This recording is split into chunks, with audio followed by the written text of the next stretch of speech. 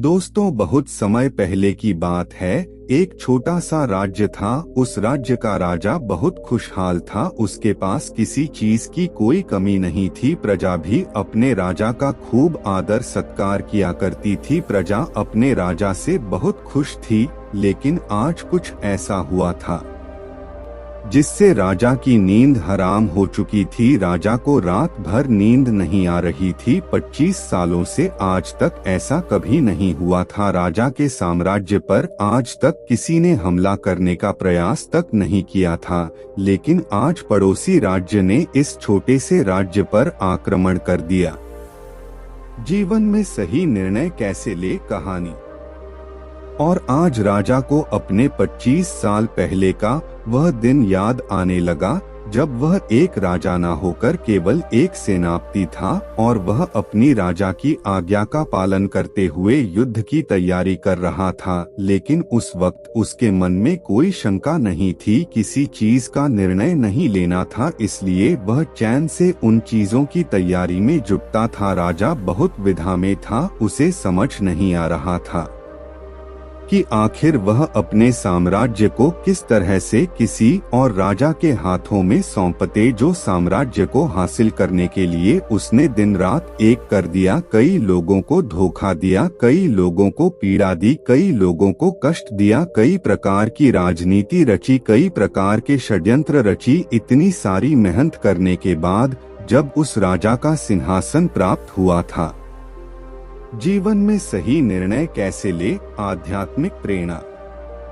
उस सिंहासन को, उस साम्राज्य को वह अपने हाथ किसी और को कैसे थमा दी। राजा को कुछ भी समझ नहीं आ रहा था कि वह क्या करे। वह बहुत चिंतित था, परेशान था, करवटें बदल रहा था, लेकिन उसे कोई तरीका सूझ नहीं रहा था। राजा यह बात बहुत अच्छी तरह से जानता था कि बात केवल मेरी नहीं है, इस पूरे साम्राज्य की है। राजा ध्यान करना जानता था। वह बार बार ध्यान करने का प्रयास भी कर रहा था ताकि वह शांत हो सके, उसका मन शांत हो सके और वह अपनी अंतरात्मा की आवाज सुन सके। उसने कई बार प्रयास किया, लेकिन हर बार उसे असफलता ही हाथ लगी। वह अपने मन की आवाज अर्थात अपनी अंतर आत्मा की आवाज सुनने में असफल रहा, जिस कारण वह बहुत परेशान था, चिंतित था और बहुत दुविधा में था। वह समझ नहीं पा रहा था कि आखिर वह क्या फैसला करें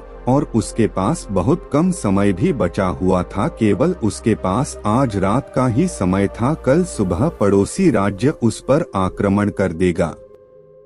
यदि वह केवल अपने लिए फैसला करता है तो इस साम्राज्य के लाखों लोगों की जान पर बन सकती है, और यदि वह इस पूरे साम्राज्य के लिए सोचता है तो उसे पड़ोसी राज्य के राजा के सामने झुकना होगा, उनका सम्मान करना होगा और अपने हाथों इस साम्राज्य को उन्हें सौंपना होगा। राजा बेहद दुविधा में था, अत्यधिक परेशान था। आखिरकार वह अपने महल की छत पर पहुंचा, जहां ठंडी ठंडी हवाएं बह रही थी। रात का समय था, चारों तरफ सन्नाटा था, खामोशी थी। राजा ने छत पर पहुंचकर आसमान की तरफ देखा। आसमान में एक पक्षी निडर होकर उड़ रहा था, अपनी ही मस्ती में, अपने ही अंदाज में। उसे रोकने वाला कोई नहीं। उस पक्षी को देखकर राजा को यह एहसास हुआ कि जब तक कोई व्यक्ति अकेला होता है तब तक वह मस्त होता है, अपने में खोया हुआ होता है।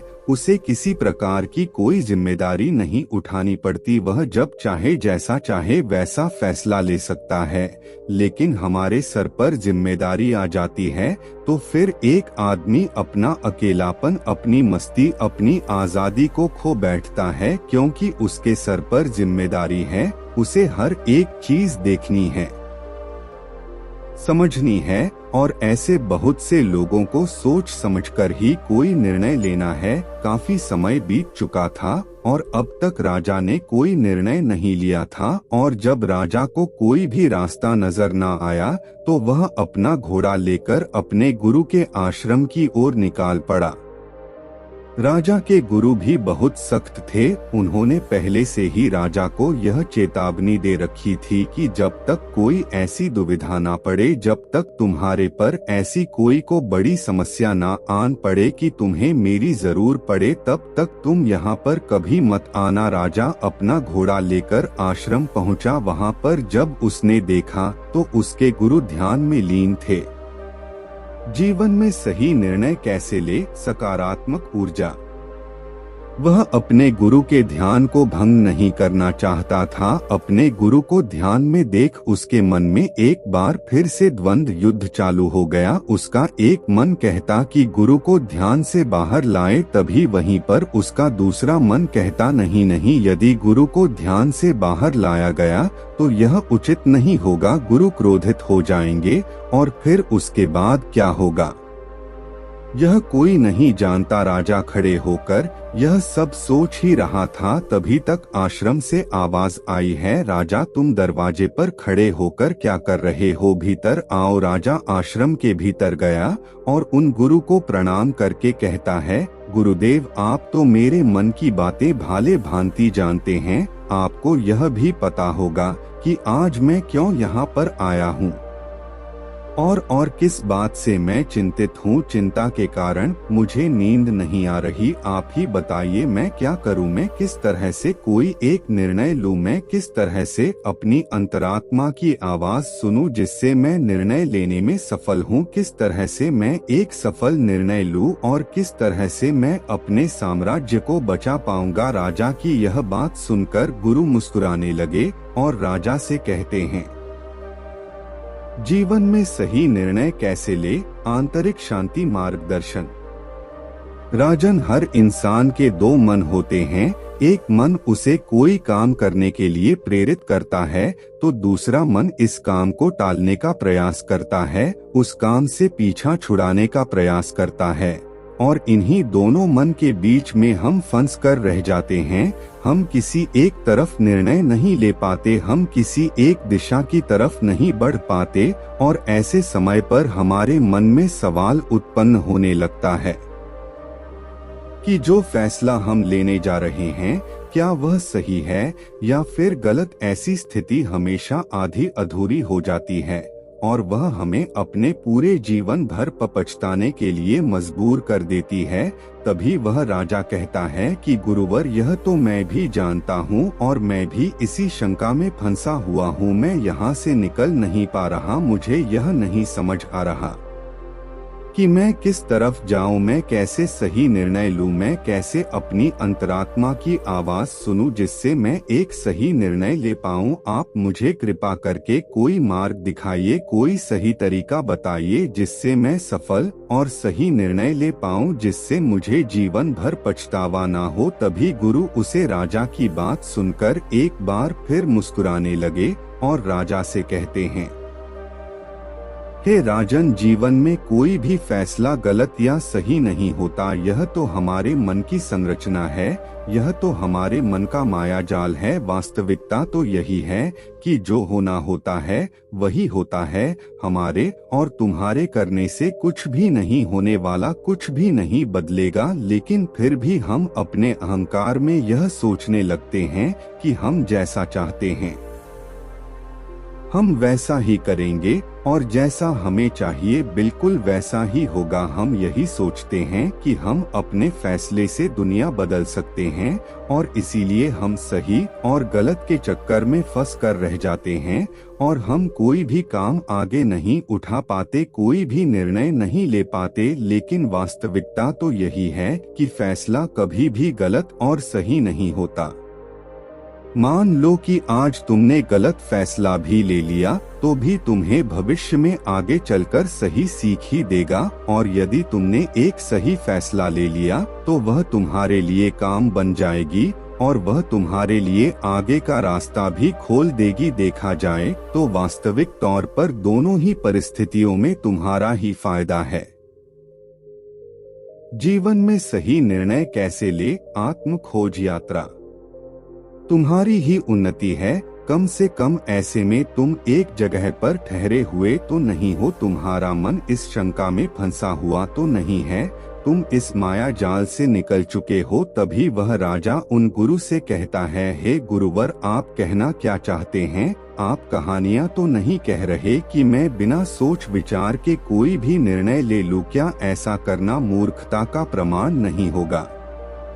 आज मेरे ऊपर लाखों लोगों की जिम्मेदारियां हैं और वे ऐसे ही कोई भी फैसला कैसे ले सकता हूं? तभी गुरु मुस्कुराते हुए राजा से कहते हैं, हे राजन, तुम मेरी बात समझ नहीं रहे हो। मैं तुमसे ऐसा नहीं कह रहा कि तुम सोच विचार कर निर्णय मत लो, बल्कि मैं तो यह कह रहा हूं कि अच्छी तरह से सोच विचार कर निर्णय लो, और अच्छी तरह से सोचने के बाद, पूर्ण रूप से सोच विचार करने के बाद तुम अपने दोनों मन को एक जगह पर सहमत करवाओ। यदि तुम अपने दोनों मन को एक निर्णय पर ला पाते या एक काम के लिए और एक ही दिशा में ला पाते, तो वही फैसला तुम्हारी अंतर आत्मा का फैसला होगा। तुमने कई बार यह अनुभव तो किया ही होगा कि किसी काम में तुम्हारा मन तो कर रहा है, लेकिन बुद्धि तुम्हारा साथ नहीं दे रही, बुद्धि तुम्हारा पल पल विरोध कर रही है। और ऐसी स्थिति में हमारे मन और हमारी बुद्धि के बीच युद्ध चल रहा होता है। लेकिन यहाँ पर समझने वाली बात यह है कि जो बातें तुम्हारे मन से उठ रही हैं, वही बात तुम्हें सही रास्ते पर ले जाना चाहती है। वहीं पर तुम्हारी बुद्धि तर्क वितर्क करके उस रास्ते को साफ करना चाहती है, सभी प्रश्नों का निवारण करना चाहती है। जैसे मान लो कि तुम एक पहाड़ी पर जाना चाहते हो, जहां पर तुम्हें यह पता चला है कि वहां बहुत सारा सोना है, लेकिन इसके लिए तुम्हें घने जंगलों से होकर गुजरना होगा।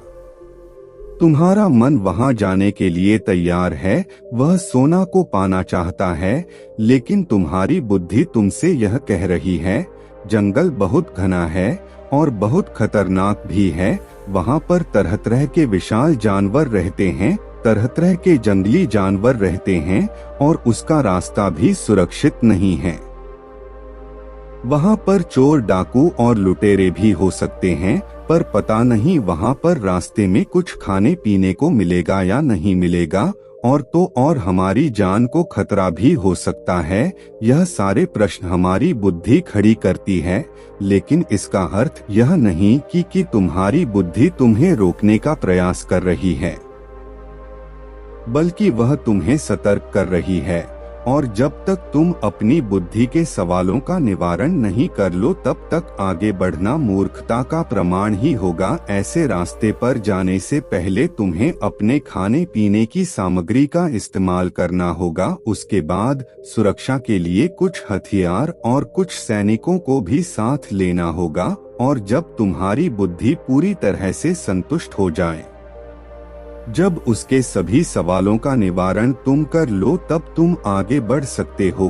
अब तुम्हार बुद्धि के सभी सवालों का निवारण हो चुका है, लेकिन कुछ ऐसे लोग भी होते हैं जिन्हें पता होता है कि उसे पहाड़ी पर खजाना है, लेकिन वह यह भी जानते हैं कि रास्ता बड़ा कठिन है, लेकिन वह अपनी यात्रा कभी शुरू ही नहीं करते हैं।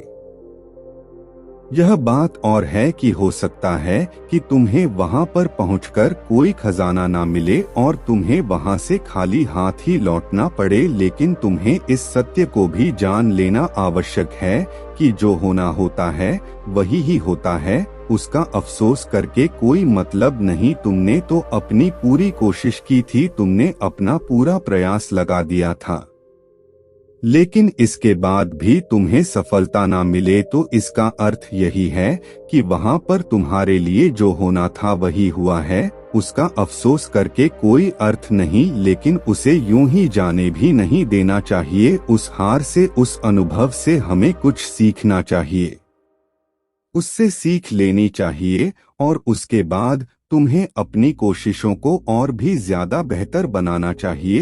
इसी चीज पर काम करना चाहिए, ना कि व्यर्थ बैठकर पश्चाताप करना चाहिए और ना अफसोस करना चाहिए। मैं तो तुम्हें बस यही समझाना चाहता हूँ कि अंतर आत्मा की आवाज हमें तब सुनाई देती है जब हमारा मन और हमारी बुद्धि दोनों एक बात पर पूर्ण रूप से सहमत हो जाते हैं।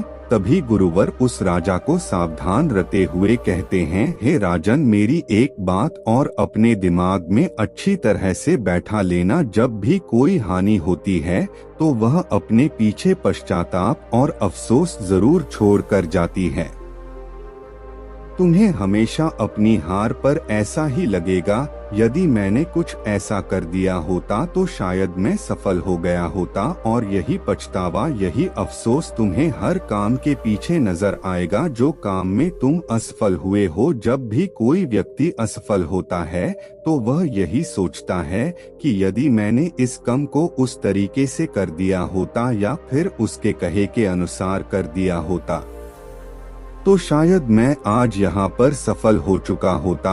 लेकिन वास्तविकता तो यही है कि तुम्हें कभी भी इस बात का एहसास नहीं होने देगी कि तुम्हारे साथ क्या तय किया गया है और तुम्हारे साथ क्या होने वाला है। हाँ, यह बात और है, कुछ सचेत और कुछ जागरूक लोग ही इस बात को जान पाते हैं कि उनके साथ आगे क्या होने वाला है।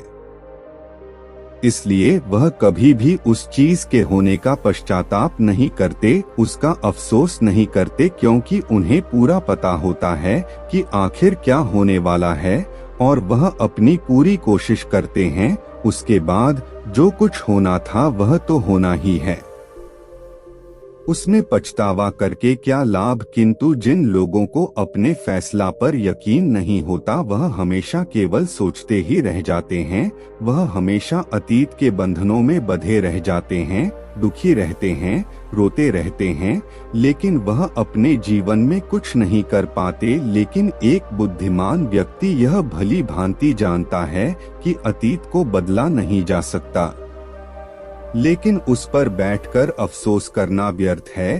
किंतु वर्तमान में हम सही निर्णय ले सकते हैं और भविष्य जो कर